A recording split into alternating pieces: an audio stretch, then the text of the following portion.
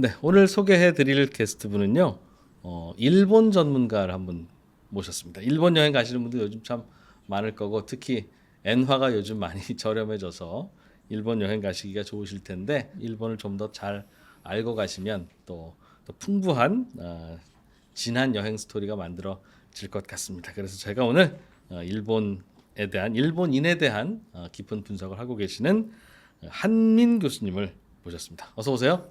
안녕하십니까. 네, 일본의 문화와 한국의 문화를 차이를 설명하기 위해서 필요한 숫자로 11, 네. 11을 꼽아 주셨어요. 예. 그게 어떤 의미입니까? 그게 이제 젓가락 모양 때문에 11을 생각을 했는데요. 네, 젓가락이 이렇게 있으면 11로 보이지 않습니까? 이 한국, 일본, 중국은 이제 젓가락 문화권인데 이 젓가락의 의미와 맥락이 굉장히 다르죠. 한국의 젓가락과 일본의 젓가락이 네네. 일단 뭐 재료도 다르고요, 길이도 다르고 그 젓가락으로 먹는 음식도 다르고 그렇습니다. 재료야 그러고 보니 일본은 나무 젓가락이고. 네네. 나무 젓가락 위주로 사용을 하고요. 길이도 좀 짧고 그걸로 이제 뭐 해산물 종류 좀 미끈미끈한 걸 잡기 위해서 그런 길이와 재료가 됐을 것으로 이제. 우리는 이제 길이가 일본 젓가락보다는 길고요. 그리고 이제 젓가락으로 굉장히 많은 걸 하죠. 밥도 먹고 반찬도 먹고 또 이제 반찬 종류도 상당히 뭐 콩도 집어먹고. 그렇죠. 일본은 이제 숟가락이 없죠. 국물 숟가락이라고 해서 이제 국물을 떠먹는 그런 용도로 건 사용을 있죠. 하고 예. 이제 밥은 숟가락으로 먹지 않고 이제 젓가락으로 먹습니다. 우리는 이제 숟가락으로 먹는 숟가락으로 경우도 밥을 있고. 먹는 게 예의라고 많이 이제 음. 생각을 하시지 않습니까? 음. 그래서 이제 밥 먹을 때 서로 보고 오해를 하는 게 일본 분들은 이제 한국 사람처럼 밥그릇을 식탁에 내려놓고 숟가락으로 이렇게 먹는 거를 좀 이렇게 지저분하게 먹는다고 느껴요. 네.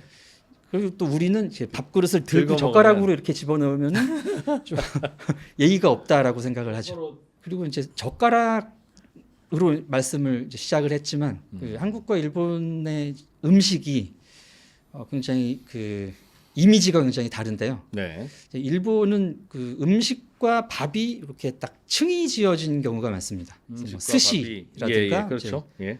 덮밥 종류가 많잖아요. 뭐 텐동이나 규동. 가지고 이제 덮밥이라는 게 밥 위에 이 재료를 얹는 거 먹는 아니겠습니까? 거니까. 예. 그래서 그거를 이제 뭐 밥 먹고 그거 하나씩 먹고 이제 이런 식으로 먹죠. 우리 같으면 비볐을 거라는 그렇죠. 뜻입니까?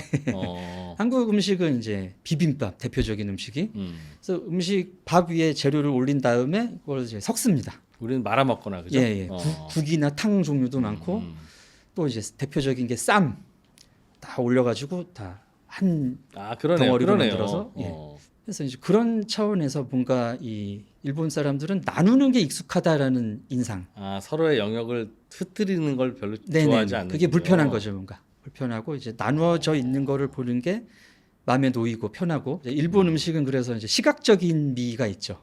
보기에 이제 예쁘고 이 상을 차려 주는데 젓가락 방향이 이렇게 해서 놔주더라고요. 그러니까 한국에는 보통 젓가락과 숟가락을 이 방향으로 놓지 않습니까? 사람이 집어서 바로 먹게. 그렇죠. 예. 예. 근데 수저가 이 방향으로 그러니까 음식과 나의 손을 나누듯이 놓여 있더라고요. 나란히 이렇게 네네네. 나란히. 예. 그냥 이제 습관적인 측면이겠죠. 이게 자연스러운데 그래서 저는 이제 그 음식의 젓가락과 사람의 관계를 좀 보여준다는 생각이 들어가지고요. 그러니까 이제 한국에서의 이 젓가락의 방향은 사람이 집어서 바로 이걸 먹을 수 있게 그렇죠. 사람 위주의 방향인 것이고 이 일본에서의 젓가락의 방향은 이제 상차림 위주의 방식이랄까? 그렇죠. 상에 가장 가지런하게 보이는 그 네네네. 모습. 네. 상차림이 완성돼 있고 거기에서 내가 참여를 해서 그걸 이제 그때부터 이제 나의 일인 시작이 되고 그리고 이제 제가 가장 인상 깊게 본 것이 면을 나누는 분위기? 면이라면 예. 먹는 면? 아니요. 그 공간을 분할을 하고 구획을 하는 방법이 우리랑은 굉장히 다르다. 그러니까 어떤 여백이나 공간 같은 것을 그냥 두지 못한다는 느낌이었습니다. 공간을 나누는 방식이 좀 수직적이라는 느낌? 전통 가옥의 문쌀이라고 하죠. 문쌀을 봐도 이제 한국 문쌀들은 일정한 간격으로 나누지 않고 이렇게 좀 한쪽 구석으로 좀 몰렸다든지 이렇게 좀 중간을 비운다든가 이런 식의 배치를 하는데 일본은 좀 일정하게 면을 나누는 분위기더라고요. 건물의 이제 외벽이라든가 지붕의 패턴이라든지 이런 부분들에서 굉장히 이제 규격화돼 있고 일정한 걸 추구하는구나. 왜 다르다고 보세요? 나누는 방식이? 이제 오늘 드릴 말씀의 이제 가장 본질적인 부분일 것 같은데요. 네. 일본 사람들은 그 약간 불안에 대처하는 방식으로 여러 가지를 계획하고 나누고 하는 뭐 하나도 다 식으로. 불안에 대처하기 위해서 하는 것이다. 일본이 뭐 자연 현상도 그렇고 또 사회적으로 또 상당히 이 규격화된 문화가 많습니다. 남들한테 폐를 끼쳐서는 안 된다든지 자기의 역할에 대한 어떤 의무감 이런 게 상당히 강한 문화인데 그게 기본적으로 불안 수준을 높이는 거죠. 보통 사람들이 살아가기에 그 항상 긴장하고 살아야 그렇죠. 되는 예, 예. 긴장에서 이제 벗어나기 위해서 이제 심리학에서는 자기 통제감을 늘린다는 표현을 쓰는데 내가 할 수 있는 일을 늘리는 겁니다. 뭐 어떤 예를 규칙을 들면 만들고 네. 정해진 것들을 만들고 그래서 이제 그거대로 지키는 식으로 자기 생활을 만들어가는 거죠. 그러면 마음이 편해져요 오히려. 네. 조금 이제 병리적인 성격으로 하자면은 강박적 성격이라고 많이 들어보셨을 텐데 네네. 예. 그 강박적 성격이 그런 이제 불안에 대처하기 위해서 자기의 그런 규칙들을 많이 만들고 지키고 집착하는 이런 성격입니다. 그래서 일본 문화를 설명할 때는 일본 문화는 자꾸 선을 긋는다고 표현하고 네네. 한국의 문화는 자꾸 선을 없앤다고 표현하던데. 예, 선을 없앤다 또는 이제 있는 선을 넘어가려고 한다. 좋은 사례는 참견이죠.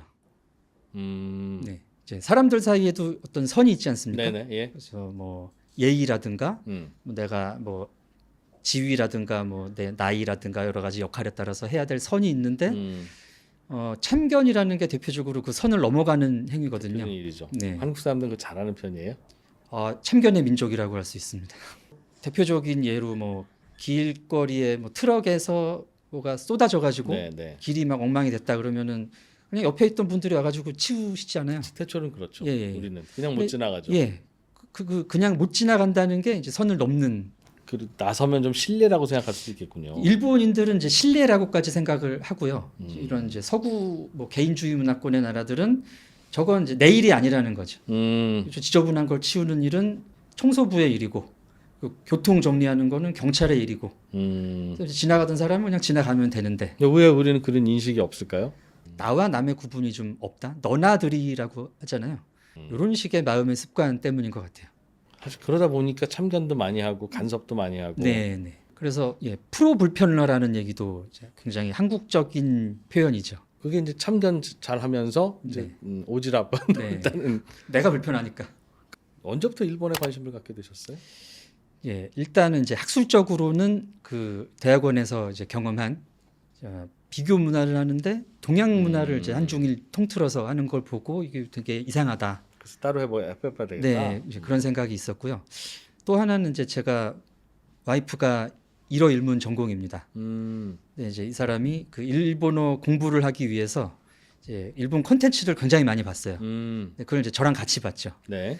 그러면서 거기서 이제 보여지는 여러 가지 그 문화적 코드 이런 게 되게 한국인으로서 이해가 안 되는 측면이 있더라고요. 예를 들면 대표적인 게 일본 드라마나 애니메이션에서 되게 많이 나오는 대사가 다다이마 오카에리 이겁니다. 뭐예요? 어디 갔다 오면은 다다이마 다녀왔어를 해야 되고요. 집에 있는 사람은 오카에리를 해줘야 돼요. 다녀왔습니다. 잘 네. 다녀왔니? 이거예요? 예, 안심을 하는 겁니다. 우리도 그런 게 있긴 있죠. 네. 근데 일본은 집에 기다리는 사람이 없어도 그걸 하더라고요. 혼자 빈집에 들어왔는데 다다이마 이러면서 들어와요. 그래서 좀 누구 보고 얘기하니 뭐 이런 느낌이었는데 이 답을 최근에 찾은 것 같습니다. 그 대사를 제가 스즈메의 문단속에서 봤거든요. 네. 이 스즈메의 문단속이 그 이제 동일본 대지진 이후에 그 따라가면서 이제 그 여정을 보여주는 거 아니겠습니까? 근데 그 많은 그 지진에서 희생된 사람들이 목소리가 막 들려요. 근데 아무렇지도 않게 나갔던 사람들이 못 돌아온 거지 않습니까? 그렇죠.